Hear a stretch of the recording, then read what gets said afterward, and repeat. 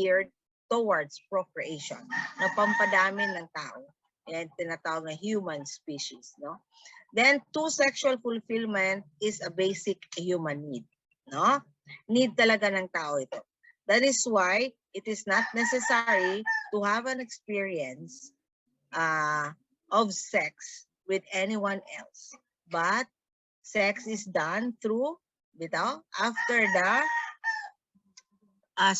sacred sacrament of matrimony, right? So, instinct yan sa human beings, ang sex. Okay? So, hindi kailangan niya ng practice. Alright? So, exploration of the couple, sila na yun mag-explore after the sacred sacrament of matrimony. Okay?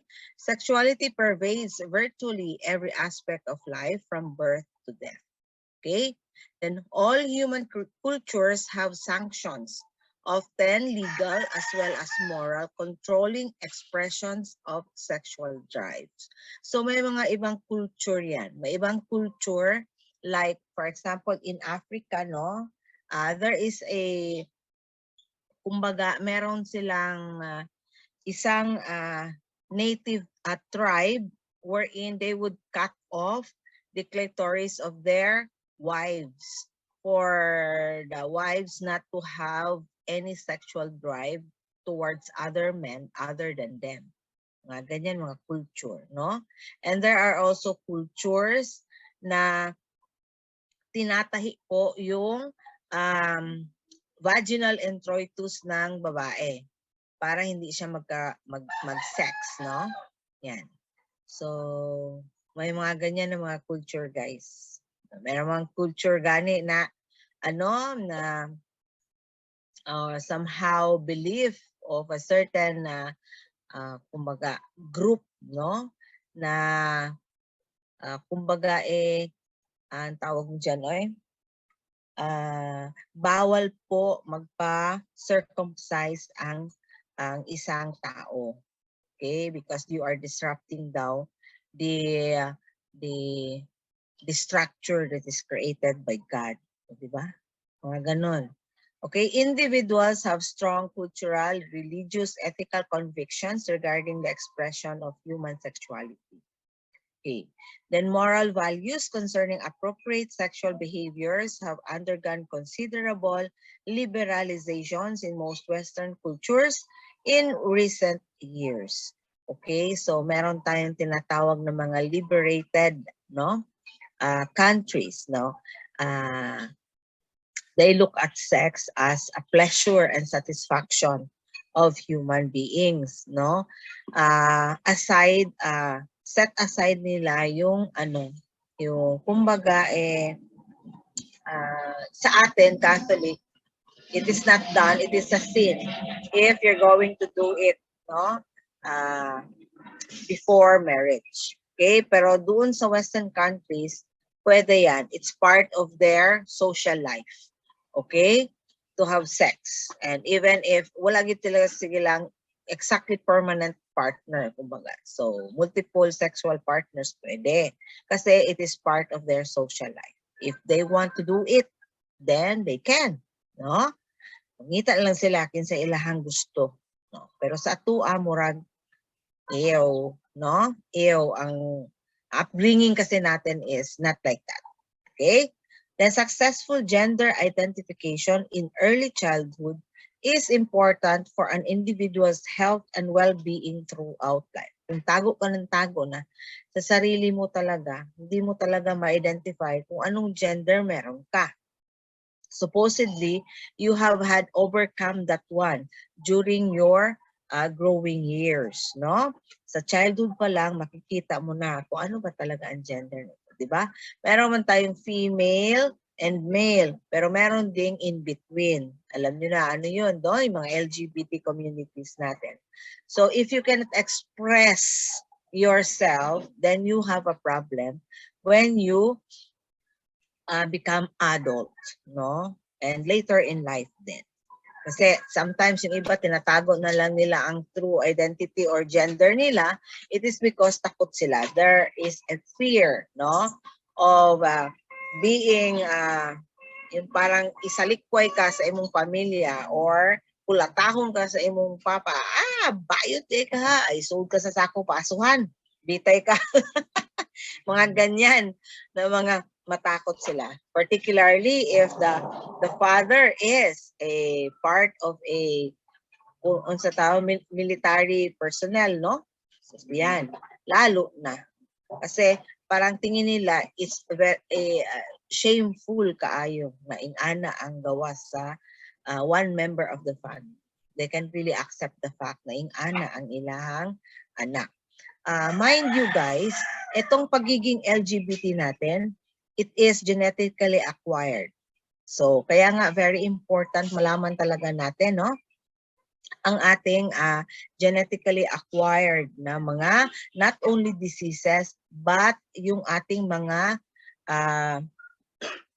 genes or yung naaano na mamana natin sa ating kanununuan. Okay? So, ako sa aking part, lahat na ata ng genetically acquired illness and even yung mga gender identification na-adjud sa amo ang family, no? And it is shown na sa third generation, no? Sa mga anak namo, no?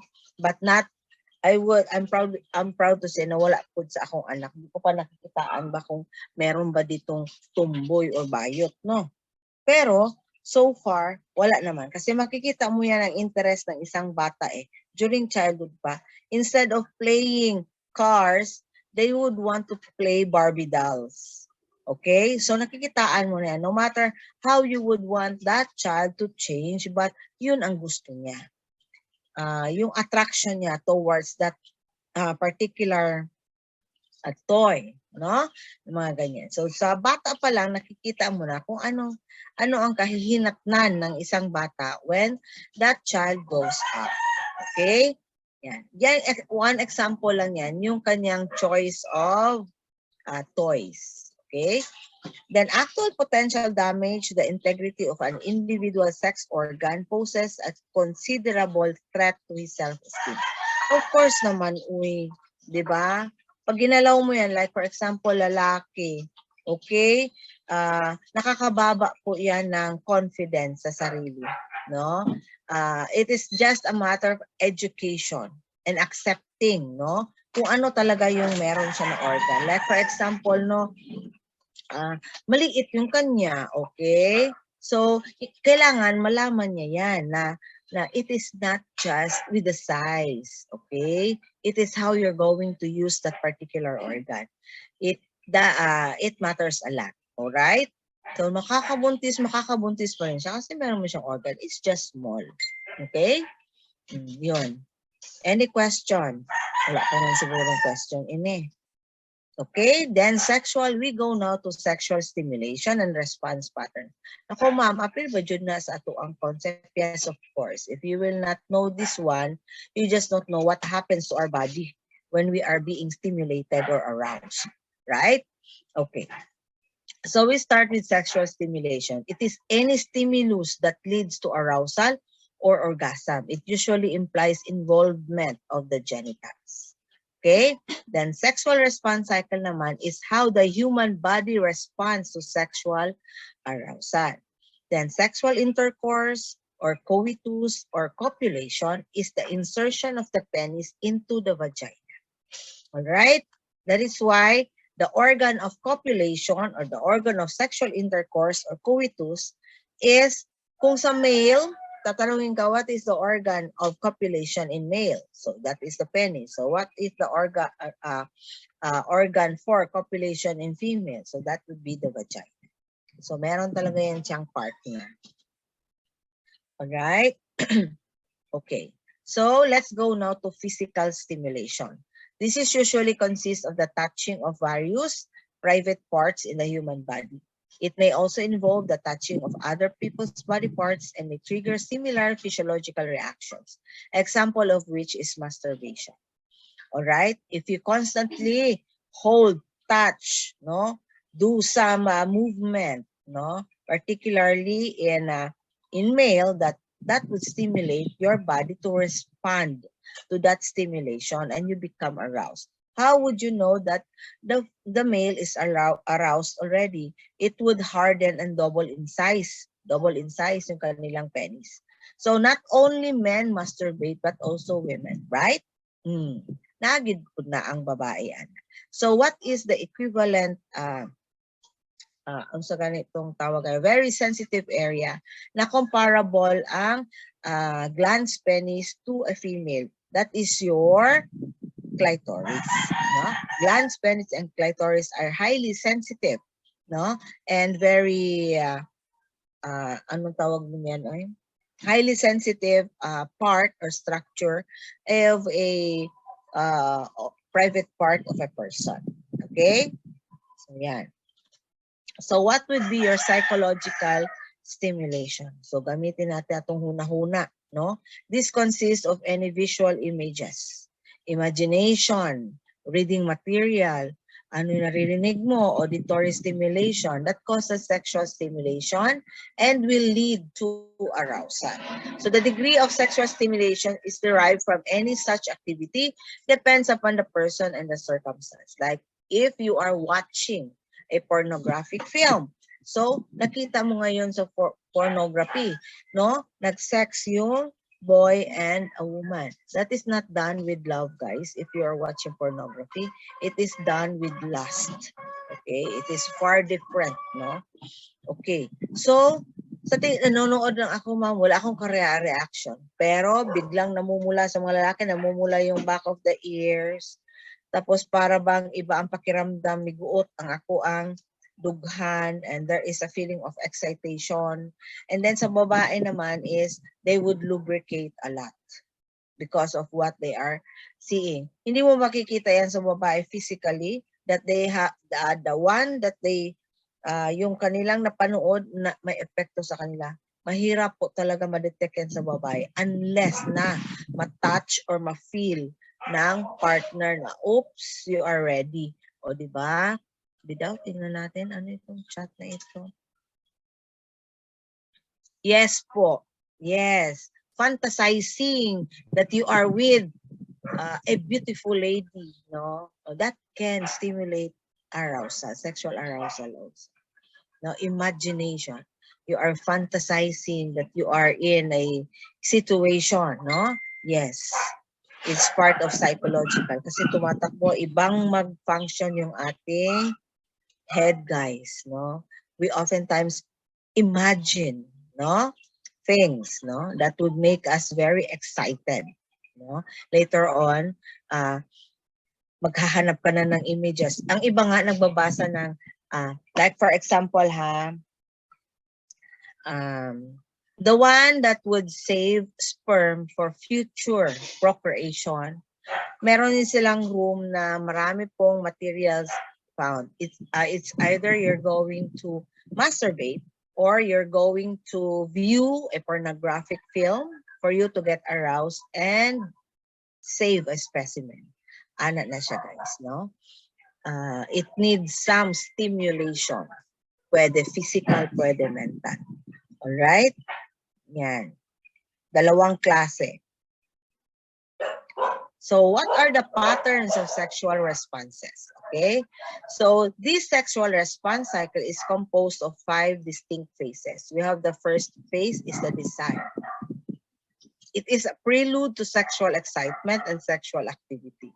Okay? It occurs in the mind rather than the body and may not progress to sexual excitement without further physical or mental stimulation.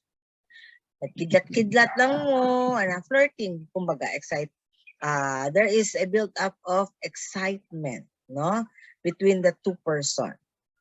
Okay, then it can be further stimulated through physical or mental stimulation. Okay, it is communicated between potential sexual partners either verbally or through body language and behavior. Ang iba, sign language lang nga eh. Diba? And then bigla silang nawala. Ayan. Part yun ng kanilang desire to be with each other. Okay? The next phase niya would be the excitement or the arousal phase. Okay? It is the body's physical response to desire. Okay, a person who manifests the physical indications of excitement is termed to be aroused or excited. Okay, it can be communicated between partners verbally, through body language, or through behavior, or through any body changes. Okay? Agoy, pakitaan naglegs. Mauna na siya. Very excited na ang lalaki with some arousal gani yan, no? Okay. So, magli-lead na yan into the third phase, which is the plateau. Okay, this is the highest moment of sexual excitement before orgasm. It can be achieved, lost, and regained several times without the occurrence of orgasm. Kana gani ma-stop-stop or kanang magtago-tago na iniaging tao, stop na po. Ano, padaplin-daplin lang. No? Kissing, necking, petting. Alam niyo na kung ano yun ng mga words. When you say petting, a other person is holding your private parts so that you will be sexually excited and aroused. No? Ayan. Then, it can be communicated between partners verbally, through body language, through behavior, or through any of the following physiological changes. So, dito nangyayari na ngayon, guys. Until such time na magre-reach tayo ng orgasm. So, example yun, guys, ha, ng plateau phase. Tinatawag yung plateau phase na is the time for foreplaying. Okay? Doon yung kissing, petting, necking, yun. Doon nangyayari. So, plateau stage na yan siya. Then the fourth stage would be orgasm. So this occurs at the peak of the plateau phase. So the sexual tension that has been building throughout the body is released. And the body releases chemicals called endorphins, okay, which cause a sense of well-being. Orgasm can be achieved through mental stimulation and fantasy alone. Ayan, sinagot na po yung question kanina. But more commonly is a result of direct physical stimulation or sexual intercourse. So iba po yung feeling na nag-orgasm ka through physical stimulation lang. Yung ikaw lang, masturbation, ganyan. Pero nag-orgasm ka because you are sexually excited as you fondle your organ. No? Yun. So, magli-lead pa rin yun siya into orgasm. Okay? So, iba naman din yung orgasm na na-achieve ng both couples, yung two become one. O, di ba? Meron tayong tinatawag dyan. May kanta po yan, di ba? Po, ma'am, di po na ako. Oh, sorry.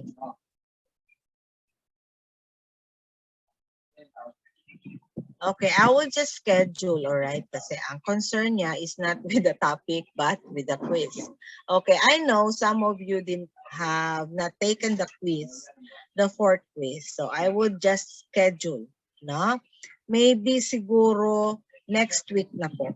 Kasi face-to-face pa po ngayon, mahirap po mag-schedule. Basig malate si Mamu Gabot sa balay, di mo ka-take of quiz. Until Saturday pa kasi ako face-to-face, guys. Okay? So, ang mangyayari niyan is siguro next week. Next week, after natin ang concept natin. Alright? So, sige. Okay. It's alright.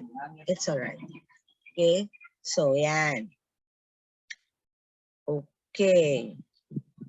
Dito na tayo. Orgasm is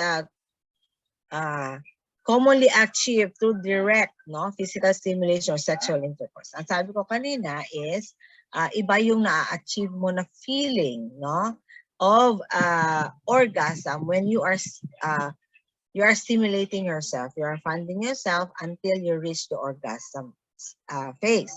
Iba naman din yung couple na to become one, kumbaga. Iba naman yung excitement nilang dalawa because as they do it, they are communicating with each other. Kasi kung ikaw, solo ka lang, you're just with yourself alone lang ba? Iba na talaga yung excitement kung meron kang partner. Alright? Then, of course, the fifth phase, saan ba yung fifth phase? Okay, the fifth phase is the resolution. Nahuman na tanan, nahuwasan na silang duha. Okay, is the period following orgasm during which muscles relax and the body begins to return to its pre-excitement states. Okay. So sex is considered as a strenuous activity. Okay. Sometimes it is with great care, no? Kung magse-sex yung may mga cardiac ailment, because at this particular stage, yung orgasm and plateau stage, dito sila inaatake. So, careful lang po tayo. Nakainom na ba na siya maintenance before mo nag-sexual intercourse. Okay? So, ang sex talaga, hindi talaga ito nagagawa ng ibang couple. It's because their partner is sick. All right? But there is a way wherein to achieve what you call this one, these cycles, no, sexual cycles. Okay. So, to better understand what is happening sa katawan, so we would discuss what happens, no? Sa first pa lang, sa male responses, sa excitement phase. Okay? Sa excitement phase pa lang, there is already penile erection. So, tumatayo na po siya. Okay? Then the scrotal skin becomes congested and thick. So, muko ang kumbaga, ang egg is crouched upward, no? Ano siya, kumbaga, firmer, no? Then, the testes elevate into the scrotal sac. Some nipple erection occur. Pag may penile erection, ang nipple din mag-erect din. Then, you can see the men, nagpo-flash siya, namumula sila. Because there is already heat, no, that is building up. No? Heart rate and blood pressure begin to increase. That is why, sabi ko kanina, no, na make sure your partner is okay.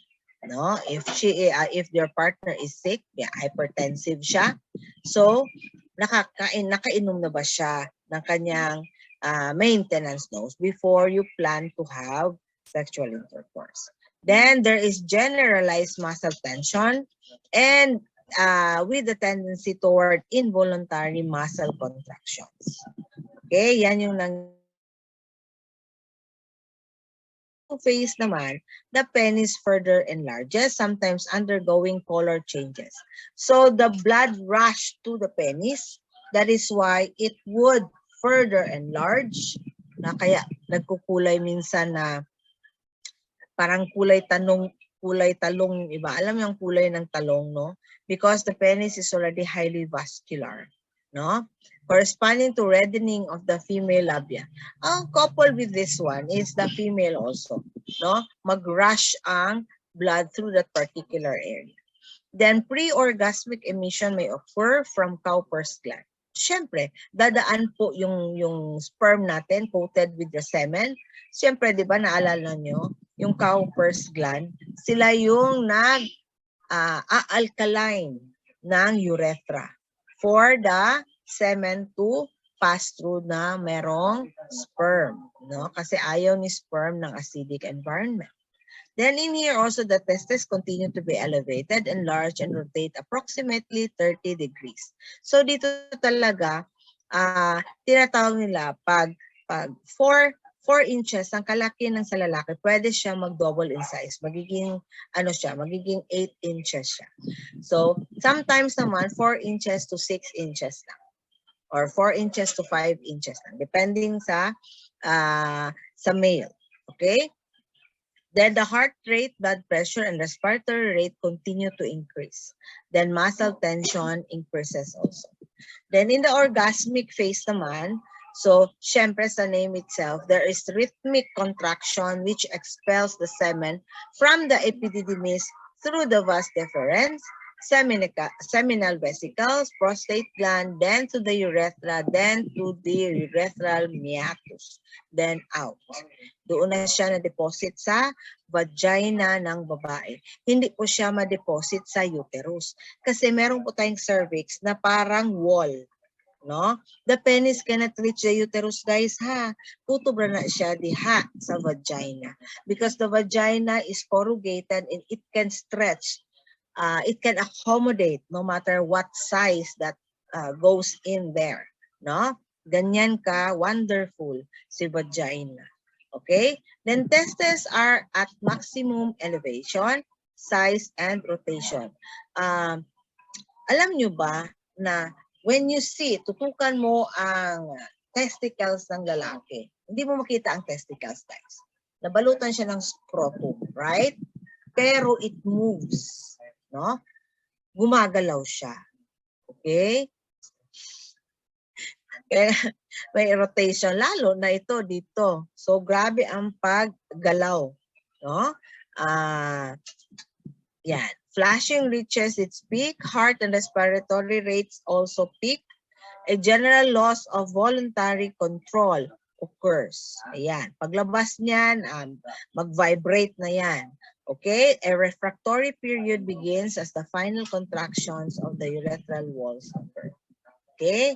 So yan, may vibration na ma-feel ang babae sa loob if the semen will be deposited inside the vagina. But if it is outside, dili na niya ma-feel. Okay?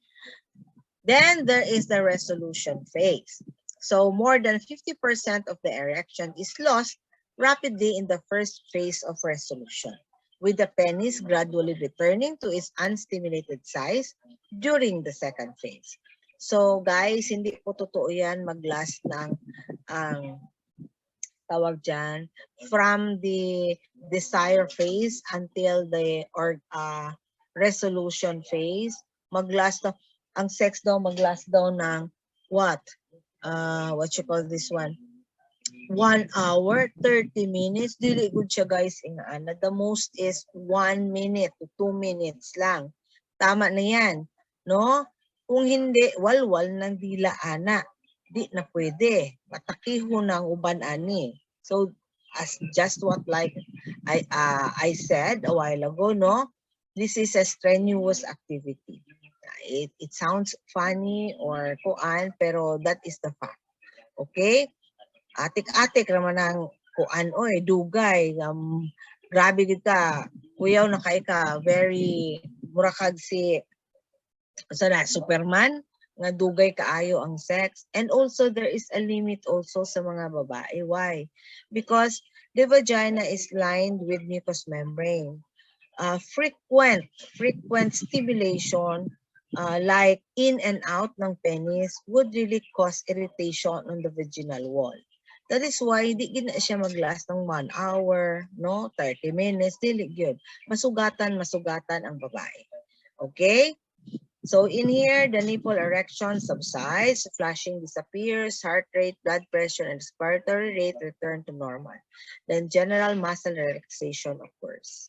So, hindi po totoo yan. Pag matagal, lalong sumasarap, no. Pag matagal, lalong humahapdi, ayaw mo na. Ayan ang nangyayari dyan. Walang matatapos. Right? Gusto mo bang masaktan ka? Diba? Ayaw naman natin masaktan, guys. Okay. Then we go now to the excitement phase sa female naman tayo. Then there would be increased vaginal lubrication. So who would lubricate the vagina? So you have your Bartholin's gland as well as the skin gland. Okay? Yung nakikita ang skin gland, nakikita doon outside the urethral meatus ng babae. And then your Bartholin's glands is just outside, inner part ng vaginal introitus, no? So these accessory glands, no, are the one that lubricates the vagina, and it needs, no, longer stimulation, physical stimulation for the female to lubricate, no? Dili gyud mo sugot ang babae na hindi siya naglubricate tapos isulod na sa lalaki ang iyang penis. That can cause pain and irritation of the vaginal wall. Okay?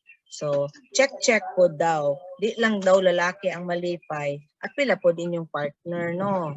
Di lang kamo pataka lag tusok, no? You just follow, no? The sexual response cycle. Dili kay kawat-kawat lang, dili na mahimo. Isipin nyo na lang na kawawa talaga tayo. Okay, mga babae? Because we are the hardest to stimulate. Unless na you are a nymphomaniac, no? Na tanaw lang sa lalaki na O nakahubad ang t-shirt, six-pack, na. Without any physical stimulation, very excited na kaayo si girl. No? Yan yun. Meron tayong ganun. It is a form of what we call, anong tawag? Psychiatric problem yan siya, guys. Okay? Hindi na siya maayo. Okay? So the inner 2/3 of the vagina begins to lengthen and distend. No, the outer 1/3 undergoes slight thickening and the body of the uterus is pulled upward. Kung ang uterus was pulled upward, ang sa lalaki is the scrotal sac is pulled upward also, closer to the body. So the vaginal walls become congested with blood and darken in color, and the clitoris increases in diameter. Kung ang penis mo increase or mo double in size, ang clitoris po din taon, mura siya ni tubo po because of excitement. Okay, possibly with slightly increased occur in the labia majora, labia minora, and of course the glans clitoris. Okay, so the labia minora become engorged with blood and increase in size also. So may mga changes po tayo. Hindi lang kung very observant lang din tayo, makikita nyo yan. Okay? So I'm not saying that you try it, no? It is not yet time, right? Ano yung sinabi ko? Sex is done after the sacred sacrament of matrimony. I'm just showing you or teaching you this one. It is because it's part of you to become nurses one day. Now, how are you going to explain it to a person that has sexuality problems? Okay? Yan. Okay, then the labia majora flatten and then retract away from the middle of the vulva. If what I'm talking here, ang mga structures niya, kung hindi mo talaga alam kung saan nakalocate ang mga structures na ito, you can never appreciate this one. That is why nauna tayo sa anatomy and physiology before ito. Kasi mga medical term na po ang nandito. When you say vulva, it is the external structures of the female external structures. Okay? Hindi mo makikita sa vulva si vagina. Why? Because the vagina belongs to the internal structures of the reproductive system ng male. Okay? Can you remember when you did your perineal flushing, you are made to draw a vulva? Correct ba ako? Yes po. Oh, di ba? You are made to draw. So that is your external structures. The one that you see with your naked eye. Yan yung vulva natin. You can never say, ay, kamaot sa iyang vagina, hala, kaya nag-IEDI ka. Nakita ni mo si vagina, only the vaginal introitus can be seen. Alright, alright. So here, the nipples become erect and breast size increases also. Kaya mag-engorge man po di ay si dede na to, the breast, no? Mag-engorge mo na. Hindi sa engorge with milk inside, but engorge because of excitement. Okay, flushing occurs in approximately 75% of women. Then overall muscle tension increases. Then we go now to the plateau phase. The walls of the outer 1/3 of the vagina become further engorged with blood. Just like the penis, no, na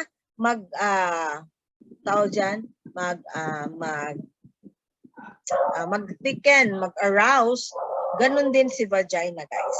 It will be filled with blood also. Yung hindi filled with blood ang vagina, guys, yung blood vessels niya, no? Mag-rush doon ang blood. So, decreasing the internal vaginal diameter. So, pag mag-engorge na yan siya, ang blood niya, so magliliit na yung pathway ni vagina. So, mag-feel talaga ni penis ang corrugated part ng vagina, which gives him further excitement until they reaches the what we call orgasmic phase, no? Then the labia minora become further engorged with blood and darken as well. The clitoris retracts and is covered by the clitoral hood. Then the clitoral body decreases in size by about 50%. Then the nipples become further engorged. Flushing may spread to the abdomen, thighs, and back. So there are women really that will show, no, reddening. No, makita mo ang flushing or reddening sa mga areas na ito. That would really mean that they are really sexually excited na. Then muscle tension increases. Breathing becomes deeper. Heart rate and blood pressure increase markedly as tension rises toward orgasm. Dili ninyo ning madungog ninyo na murag iring, murag mga gipanghangak, no? Na moaning. Yan ibig sabihin, moaning, no? So, ito na yung plateau phase, guys. Then, until such time na orgasmic phase na po. Okay, so there should be constant communication between the couple when they do this activity. No? Kasi para malaman mo na okay, malapit ka na, malayo pa ako. So, antayin ka ng partner mo para magsabay kayo. Okay? Ganun yan. Ganon ang proper sex. Proper sex with love. There is a communication between couple. Okay? Nag-aantayan po yan. So, kaya nga sinasabi yung, kasi mauuna man talaga si lalaki niyan, guys. Kaya minsan, tinatanggal ni lalaki yung kanya. Kasi the more niya ipasok yun, the more ang hit na mapifeel ni penis, baka mag-explode na siya, hindi pa nakasabay yung wife niya. Ganon. Okay? So, yan. Very important communication during sex. Okay? Kaya para sabay kayo. Okay? So, the uterine muscles contract also. No observable changes occur in the labia majora, labia minora, clitoris, or breast. Flushing reaches a peak heart rate of color intensity and distribution. Then possibly strong muscular contractions, both voluntary and involuntary, may occur in many parts of the body, including the rectal sphincter muscle. Pwede pa maapil si rectum nga magkibot-kibot ang iyahang anus, no? Because of orgasmic phase and excitement. Okay, respiratory rate may reach a peak of 2 to 3 times normal. Heart rate may double and blood pressure may increase as much as 1/3 above normal. That is why ang sex talaga, minsan kinaprohibit talaga yan sa persons that are sick, no? Like, for example, may cardiovascular ailment ka. Because mag-undergo man good ng sexual response cycle yung katawan ng tao, that is why, nakikita nyo naman, nag-i-increase lahat ng vital signs. So, more or less, it can really put the person at risk, no? Ang health niya, if they would want to do it. Okay? So, mag-a-ask pa yan ng permission from their doctor if they can do it. So, doctors are going to suggest ways wherein they can still achieve, no, ang need ng kanila, ng isa't isa. Alright? Then, we go now to the resolution phase. So, the blood engorging the walls of the outer 1/3 of the vagina disperses rapidly, just like male, no? Huwasan, kumbaga, that is the layman's term. No, ang resolution phase. Nahuwasan na silang duha. The inner 2/3 of the vagina gradually shrinks and color returns to pre-excitement shade. The uterus descends and the cervix dips into the seminal pool. Okay? The labia minora and majora returns to unstimulated thickness and close toward the midline. The clitoris protrudes from under the clitoral hood and eventually returns to pre-stimulated size. So, kung gamais lang ang itsura sa iyang clitoris, pag ma-excite na siya, daw kadako sa Jolene. Amo ninyo, marble ba? Marble. Okay? Ganyan, kung mag-engorge si clitoris. Okay? Then, flushing disappears, muscles relax quickly, heart rate and blood pressure return to normal. Okay, mahaba-habang tulugan ang mangyari pagkatapos ng sex. Okay? So, what you call this one? Ang ina-advise natin dito because there is friction that is going on. That is why that blood vessels is very, kumbaga, engorged at the same time. warm, very warm. Kung wala kasing warmness or heat, no, hindi ka makaka-achieve ng orgasm. Alright? Diba? Inyong magbunit mo sa isa ka bagay tapos inyong gawa kayo ng friction towards that. Diba? Ano nangyayari? Nag-create ka ng heat, right? Yan. Kaya ina-advise natin sa couples, no, sometimes, no, when resolution phase is achieved already, then you are with your partner. All you need to do is to rest for a while o i-wipe nyo muna yung mga secretions that is coming out, mga ganyan. Kasi sa babae naman, we don't have any vaginal sphincter, right? We cannot control secretions that is coming out from our vagina kasi wala tayong sphincter. Okay?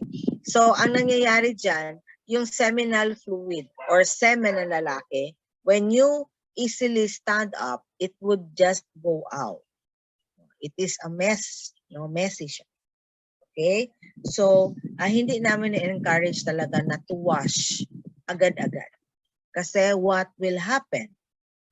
No? Kung diretso ka sa shower, kay nayaki-yaki imong feeling, no? Kay naay-ana, ingana. Okay? So, you can have vaginal varicosities as well as penile varicosities. Ang nagibarikos ang imuhang bisong. And of course, ang lalaki din, ang iyahang organ pod. Kasi nga, na-ay friction, na-ay heat. Diba ang karahay pag init, butangig tubig, diba mo aso, maupod na yung mahitabo sa imuhang organ. Murag na pasmado. So, do you want that to happen to you? No, dili po. So, yun ang ina-advise sa mga couples na ganyan. And also, if the woman would want to become pregnant, kaya dili siya mabuntis-buntis. So, we wanted, after orgasm talaga, nilalagyan talaga ng pillow under the pelvic area to elevate that part para dili dayon mulabas ang semen that was deposited in the vagina, na to give enough time for the sperm. Ang sperm lang po ang papasok sa uterus, guys. No, kasi ang uterus may secretions na lumalabas during orgasm. So, yun ang pathway ngayon ni sperm para makaswim siya inside. No? Yun ang dadaanan niya. Yun ang magpuput sa kanya. Because the secretions that is coming out from the uterus are alkaline secretions. Okay? It becomes acidic when it reaches the vagina. Okay? Kasi maaano na siya. Magiging acidic na.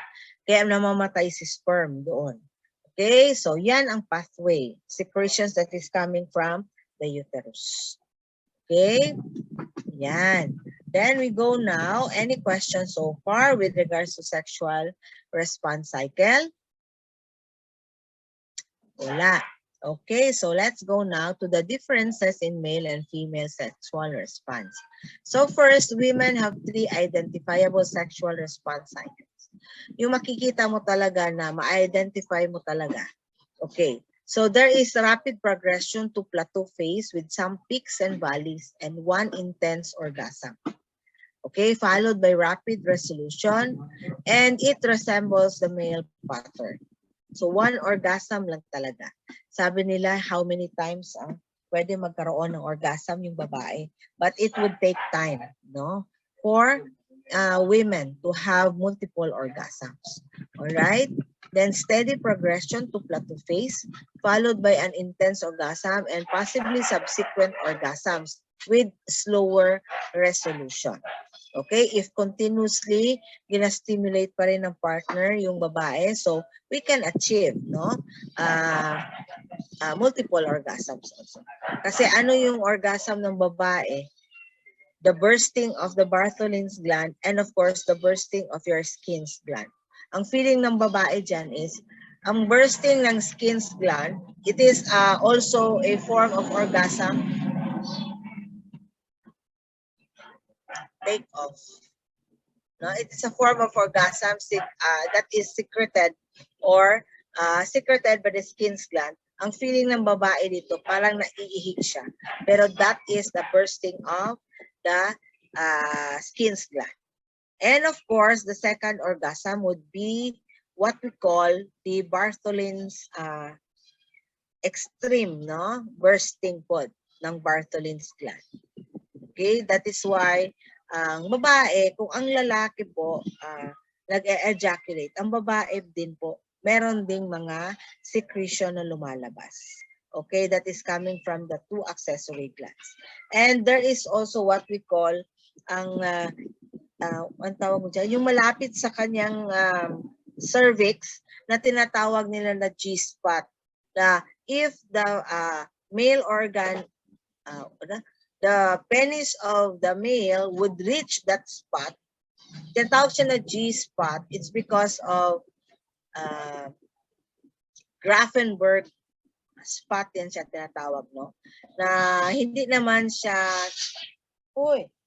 hindi naman siya nakikita talaga na or napuprove na meron talagang G-spot. But it is, the G-spot is located daw doon malapit sa may cervical area ng babae. So it is far, quite far from the vaginal. Nasa dulo na siya ng vagina. Okay? Anterior part of the vagina. Okay? So yun. So those are the three orgasmic pattern ng babae. Okay, then slower progression to plateau phase followed by minor surges toward orgasm, causing prolonged pleasurable feelings without definitive orgasm. Okay, so yeah. Minsan, ang babae pala, guys, no, pwedeng mag-fake ng orgasm para lang masatisfy ang male. Bakit po nag-squirt ang babae? Okay, squirting, hindi po yan, actually guys, itong squirt na tinatawag, hindi po ganyan kalakas po ang secretion ng skin gland. Ihi na po talaga yan. nakikita niyo sa ano, yung tawag mo dyan, yung sa pornographic area. So hindi na po ganyan yung ano, hindi po ganyan kalakas ang secretion na ini-emit po ng skin gland. So that is a form of, kumbaga, urine na po talaga yan siya, na nasa bladder. Okay, lalo na pag extreme ang physical stimulation sa babae, kaihi jud ang babae. Okay? Kasi just above the vagina is your urethra. Okay, so sinistimulate yan nila. So, if it is stimulated through the vaginal wall, through the vagina, pag nagfi-fingering yung mga lalaki talaga, yung anterior wall talaga ng vagina, yun talaga ang pinipress nila upward. That is why the result of squirting na tinatawag nila. But the urine formed there is not really that strong na yung may urge ka to urinate, yung nag-ihi ka. Ang kulay niyan is somehow walang color ang ihi niyan. But it is urine, guys. Hindi na yan yung tinatawag natin yung from the accessory glands. All right? Ihi na jud na ay. Okay? So yan. Any more question? Alam ko na i-question talaga yung squirting na yan. So yung mga nalalabas ng skin gland natin, guys, is just enough to lubricate your vagina. No? Hindi talaga yan true na yung parang ganyan talaga kalakas. Like men, 'di ba? Makita mo talaga ang paglabas ng semen, no? Hindi nga yan sobra-sobra, konti lang po yan. Isang kutsara lang. Hindi pwede yung maramihan, no? Fake na kaayo to siya, guys. Okay? Hindi masyadong magtingin ng mga ganyan, ng mga pornographic films because you will be learning false facts ba? False good na mga body reactions towards sex. Yun.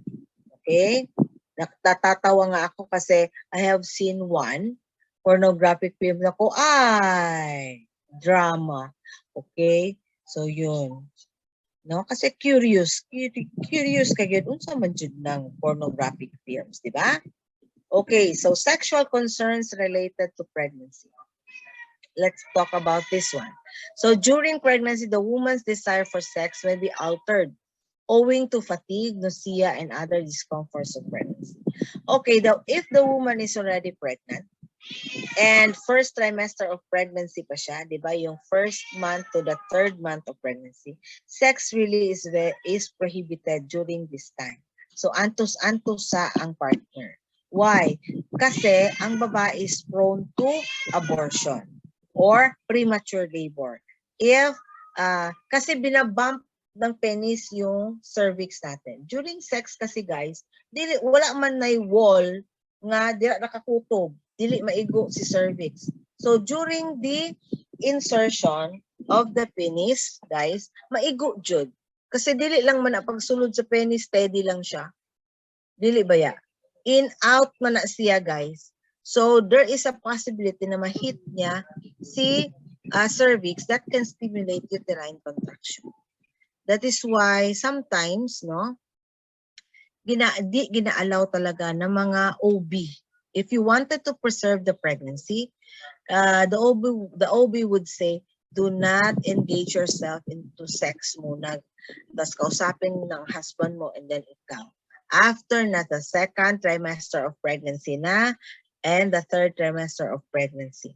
And also the women would not really achieve orgasm or anything. It is because iba yung pakiramdam nila. No, merong mga discomforts tayo ng pregnancy. And we will talk about that as we go on. No? Then of course, the second breast may be painful to touch, especially during the first trimester. Kasi nagpre-prepare po. Yung hormones natin nagpre-prepare.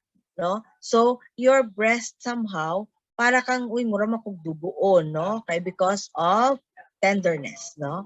Ma-feel. Because the body is preparing the breast also for lactation. Kasi kailangan yan siya. Kasi pregnant na si ma'am. Okay, some men may find the normal increase in the amount and odor of vaginal discharge during pregnancy a turn off. But ang iba naman do not bother, no? Hindi sila maapektuhan about that. Because of the interplay of hormones, the pregnant mother increases its secretions, thus creating a mucus plug, di ba? Iba-block niya yung cervix. Yung kumbaga, yung internal os ng cervix. Iba-block yan ng uterine secretions. Okay? And some of the uterine secretions will be passed through the vagina. Okay? So, yan. Some men would find it very baho daw, ana. Pero ang uban, okay lang man, dili man. Okay? Then other sexual concerns during pregnancy include dyspareunia and male erectile dysfunction. So, saka very highly concerned yun ang bana, halos di na lang jud muutog ang iyahang penis, no? Kay maluoy man siya sa iyahang misis. So, ubanan niya, no? So, antos na lang siya. So that can cause erectile dysfunction also. Ang dyspareunia naman is painful sexual intercourse, guys. Why is it painful during pregnancy? No, ang sex. It's because it is somewhat edematous po yung vaginal wall ni babae. Okay, kasi gina-preserve ang pregnancy. So yung hormone natin na progesterone would increase, no? The vascularity of the vaginal wall, thus making it edematous, no? Okay. Yan yun. Kaya masakit sa babae during pregnancy. But if sex is very feasible, no? So there are ways. Yung physical stimulation muna, titingnan muna ni partner kung nag-lubricate na si wife before niya ipapasok yung kanya. And hindi po yan all throughout na ipapasok. So the doctor would say, okay, pwede kayo mag-sex, pero half-half lang. Half of the penis will be inserted and half is not. No? Dili pwede bungguon ang cervix. Kaya mabunggo ang cervix pag pinasok talaga lahat yung penis. Alright? Yan. Then some women and couples need permission to be sexually active during pregnancy. Okay? Because there are what we call high-risk pregnancy. Pag nalagay ka sa high-risk pregnancy, definitely, hindi talaga pwede ang sex. Alright? Yan. Kaya nag-a-ask ng permission. Kasi mapuput to risk man ang pregnancy ni mama. Okay? For a couple who cannot have or who choose not to have intercourse during pregnancy, kissing, hugging, and oral or manual genital stimulation can be satisfying expressions of closeness and intimacy. Because we have other forms of sex. Alright? So, pwede naman ma-achieve ang orgasm through oral sex. Pwede din through masturbation. Ganon. Tulungan na lang ni wife si husband na maka-attain ng orgasm. Ganon. Usapan na yan ng couple, guys, on what they're going to do if they cannot have sex. Okay? Yan tinatawag na there are other forms or other ways, no, to achieve orgasms. Okay? Alam nyo ba kung ano yung other ways? Okay, you have the oral, the anal, and the vaginal mismo. Yun yung mga other ways. Anong SOP? Ano itong SOP?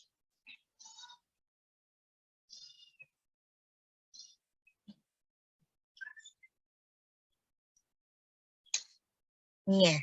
So, ano mangyayari dyan? So, mag-masturbate ngayon ang partner, ganon, para maka-achieve siya ng orgasm.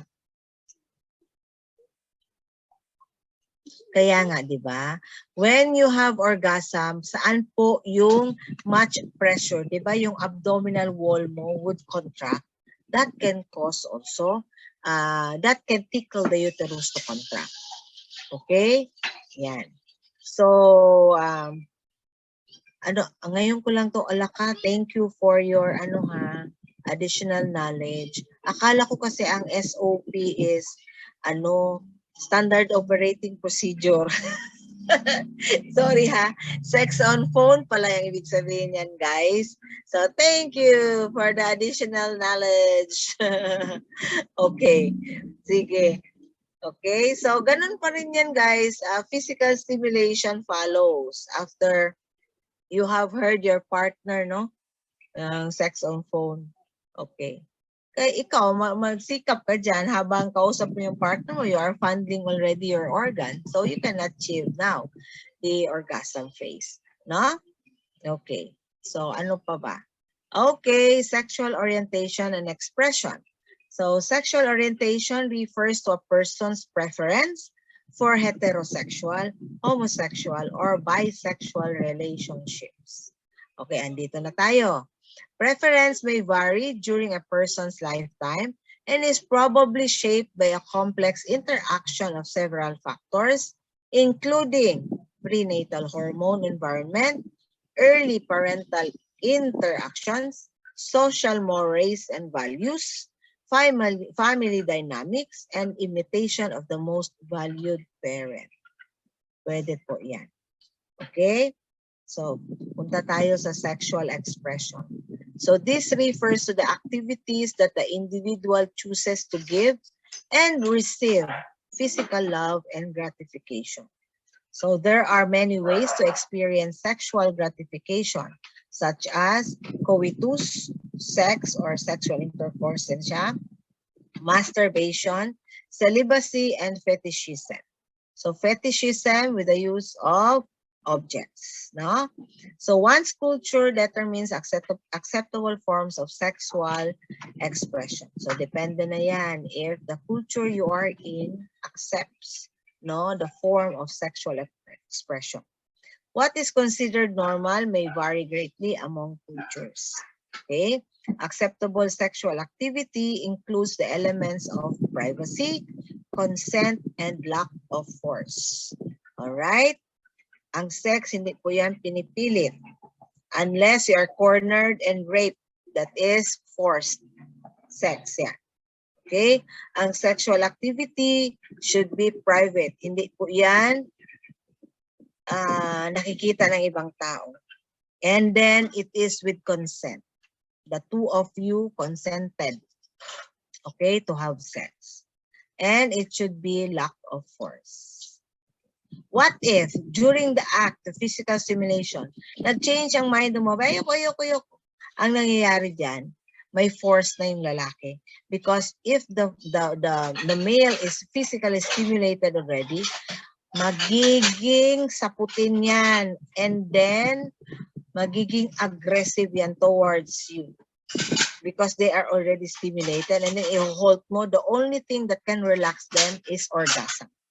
Ma-achieve nila ang purpose why they are sexually stimulated. Yes, is this can result to physical abuse. Mangyayari. Kaya dapat consent talaga, may consent. Okay? Mahuhulog yan. There is a case where yun na ang wife nag-file ng rape towards the husband. Because hindi siya nag-consent, then na-force siya. She was forced to have sex. Okay? So nag-file siya ngayon ng reklamo. I-file niya ng rape ang kanyang husband. So the court really is at the side of the woman or the wife. Okay? Then possible sanction would apply. So kaya ato mapriso si Bana na mauna na ron. Adolescence is a especially confusing, difficult time because adolescents need to feel comfortable with their own sexuality before they can reach out to others. So sa adolescent stage, guys, dapat alam mo na kung ano ka as a person. Alright? Dili pwede magtago-tago. Okay? Kumbaga ba lalaking-lalaki ka sa bahay. Pagdating mo sa school, doon na, nakita na ang katag. Alright? So, you should have achieved already your identity during the childhood pa. Or else, problem would arise when you become adult. Diya na makita. Okay? Then we go now to sexual relationship.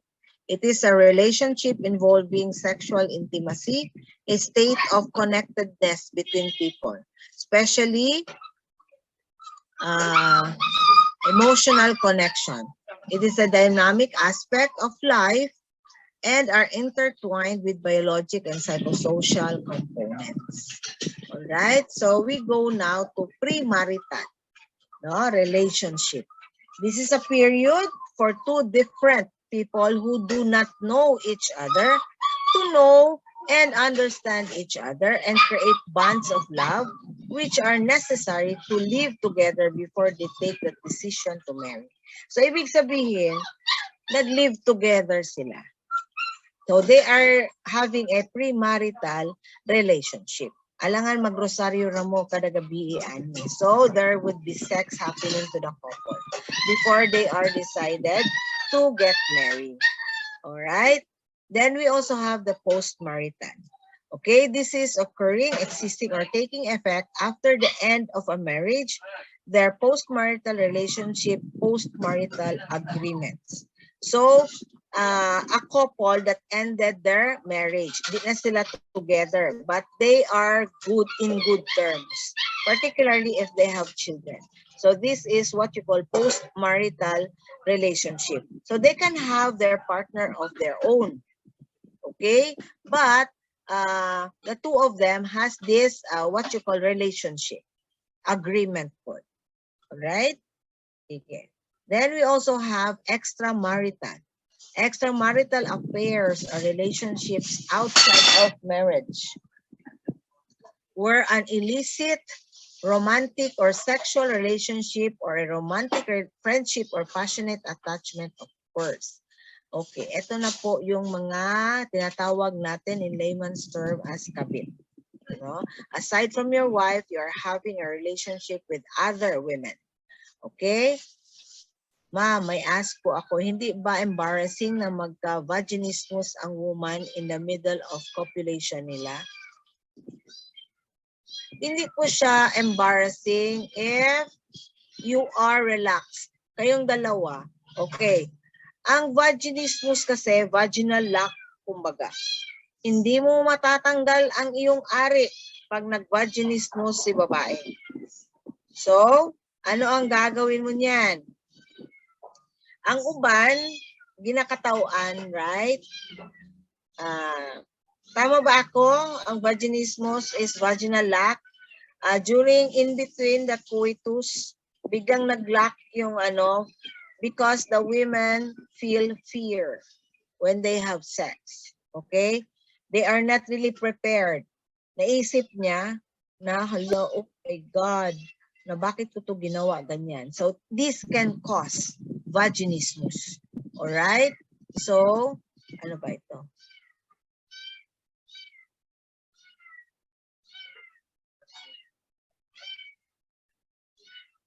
Alright?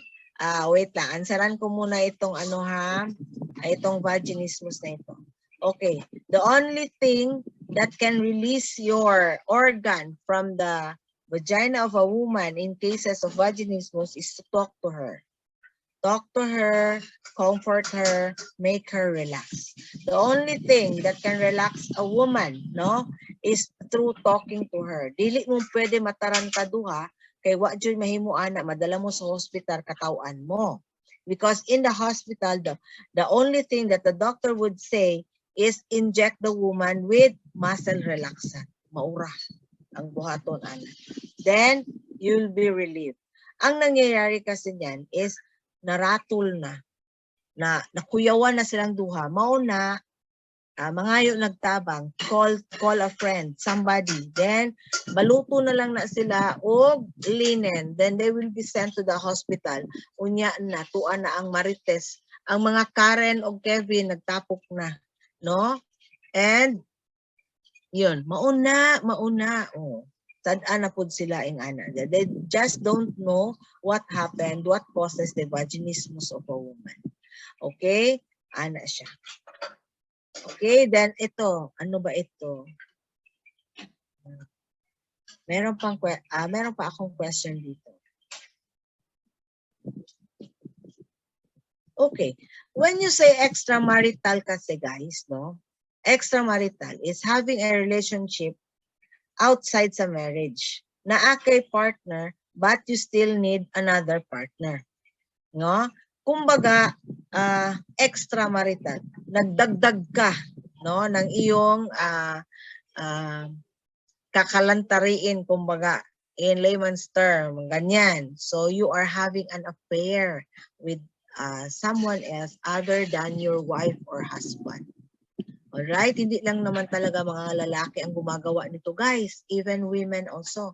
Lalo na pag they are not satisfied with their husband's performance in bed, they would seek for another man. O, anak na. So, careful kayo, mga lalaki. Dapat, huwag kayong mag-isip na kawawa naman ako, maliit yung akin. So, I would drink, unsay tawag anak, medication to make my ari very big. No, hindi pwede yan. It's not with the size but with the performance. Take note of that. Okay? Nalingaw lang ko aning ko Andre fubo. Fuck body daw. Excuse me for the term. Pero I would like to share it with you. Kaya hindi ko din alam itong word na to fubo. Grabe nyo guys, no? You have a lot of terms na hindi ko po talaga alam. Luya ni Ma'am Oy, old ano, kung say tawag ana. Okay.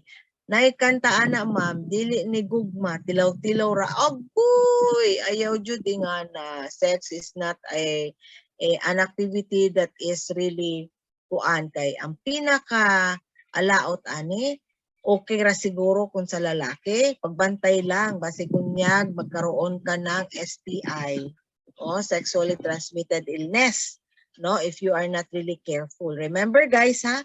HIV is not controlled through using condom. Alright? Because your HIV virus is pinpoint only, no? 10 point, no? anaon nimo ang ballpen. Ing ana kada ko. And our condoms has micro holes. And once you apply friction through sex, that micro holes would enlarge. That would fit the HIV virus inside. So kaluoy nimo kay gatilaw-tilaw ka. Ang say tawag ana mirisi. Di ba guys? Kaya gusto lang jud maka-experience. So careful, careful. Kasi those are the diseases that you can acquire through mga tilaw-tilaw. Alright? Careful lang jud. Na dili HIV. Positive ang imong gitilawan. Alright? Yes, I can consider yung FUBU na tinatawag ninyo as extramarital affairs. So, meron nag-chat siguro. Hindi lang sila gusto marinig ba, no? They are the one asking.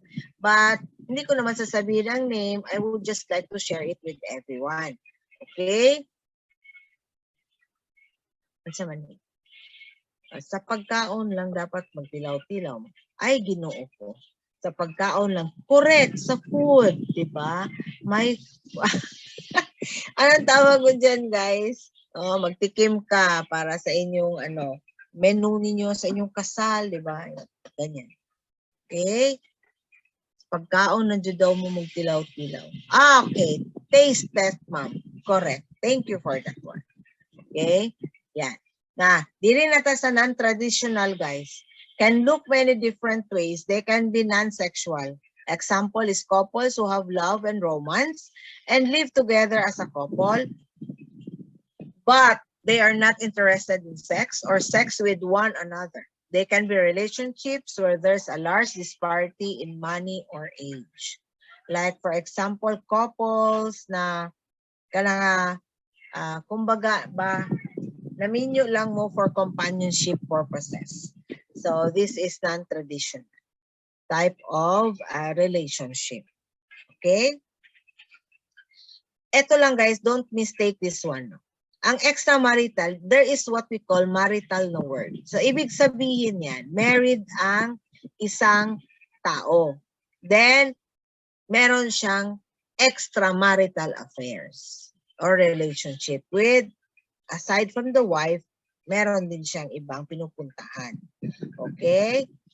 Then, of course, hindi lang po talaga yung mga babae ang gumagawa nito. Even ang lalaki, even mga babae din gumagawa nito. Alright? So, we will proceed. What are the factors affecting sexual functioning? Okay, so sexual dysfunction or sexual malfunction is difficulty during any phase of the sexual act.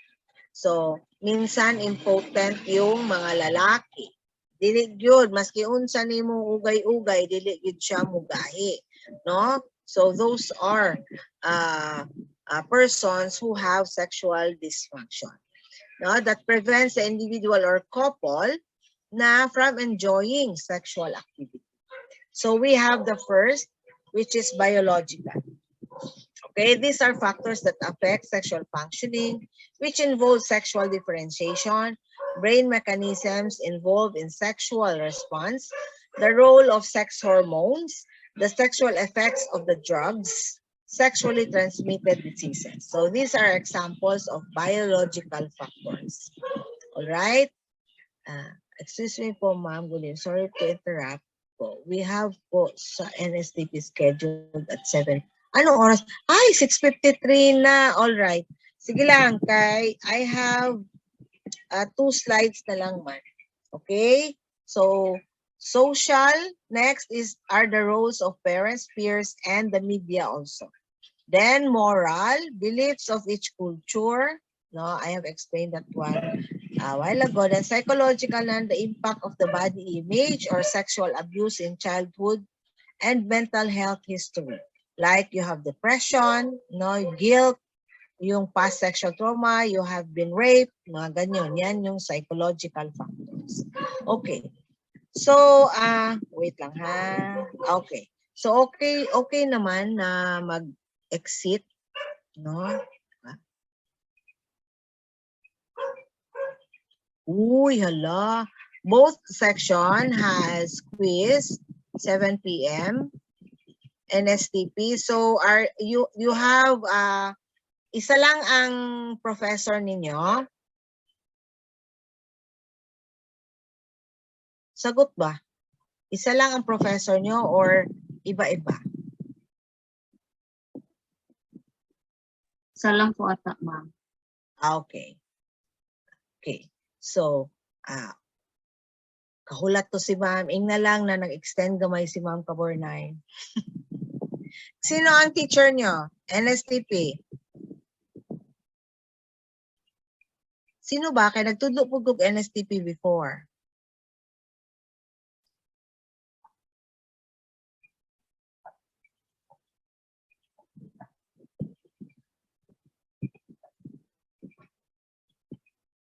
Wait lang guys. Okay, let me clarify things muna dito ha. Meron kasi akong nabasa na question na okay, wait lang guys.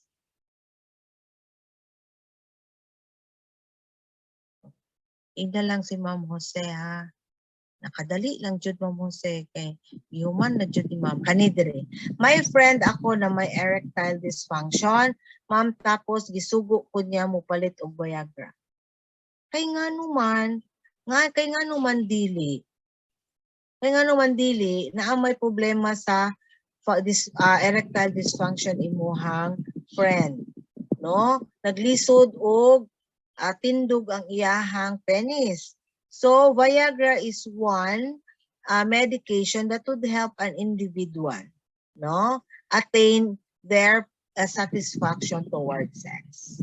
So, gamot talaga ito guys ng mga sexual, ng mga person o lalaki na nagkakaroon ng sexual dysfunction or erectile dysfunction. Alright? There's nothing wrong with this. Unless this Viagra is taken by somebody na wala namang problema, kay gusto lang niya mudugay. Okay. Ang resultant factor niyan, kasi pampapatagal daw ito ng sex. Okay. Ang resultant factor niyan, alam niyo kung ano? Priapism. Try to look at what's the meaning of priapism. Di na mo hunong ugutog ang imuha hangtod mahimo na nang murag talong. Unya ikaw muhilak na ka. Dumuadto kag ER para mapalong ang imuhang pag-erect. Okay? So, bawal po mag-take ng Viagra ang isang tao na wala namang problema sa kanyang reproductive system. Okay? Let me clear that one ha. Dili pwede mo inom ang isa ka tao og Viagra nga mutindog pa ang iyaha. Okay? Kay base di na mapalong, problema na. Okay? That is the side effect of Viagra. Di gyud mo maminaw sa mga hearsay para madugay gyud ang sex ninyo bay, imuning inumon na madugay kapalong, patay. Unya di nakaganahan kay sakit na kaayo ang imuha. No, sakit man gyud yan, guys. Okay? Yan. So these two slides lang, madali lang ito, guys. So wala pa ba itong handout, guys? Hindi pa ito part ng handout. Tubag mo ba? Miss Manggaw, hindi pa ito part ng handout na binigay ko? Parang wala pa po ata, ma'am. Okay, I will send you the handout of this and also the succeeding lessons natin, ha? Okay. Don't worry about this. Hindi ako mag-quiz sa Tuesday. Alright? Okay. So, hindi pa ako mag-quiz sa Tuesday. So, Wednesday na. Okay? Pag meron na, mabigay ko na ang handout within this week. Alright? Ipapadala ko yan sa GC natin ang handout. And even the schedule for the special quizzes. Okay? Just make sure if you have not taken the quiz, no, kailangan mo pong makita yung schedule so that makapasok ka doon na link. Alright? Sige. I-announce ko na lang next week sa GC natin. Alright? Sige. So, stop sharing.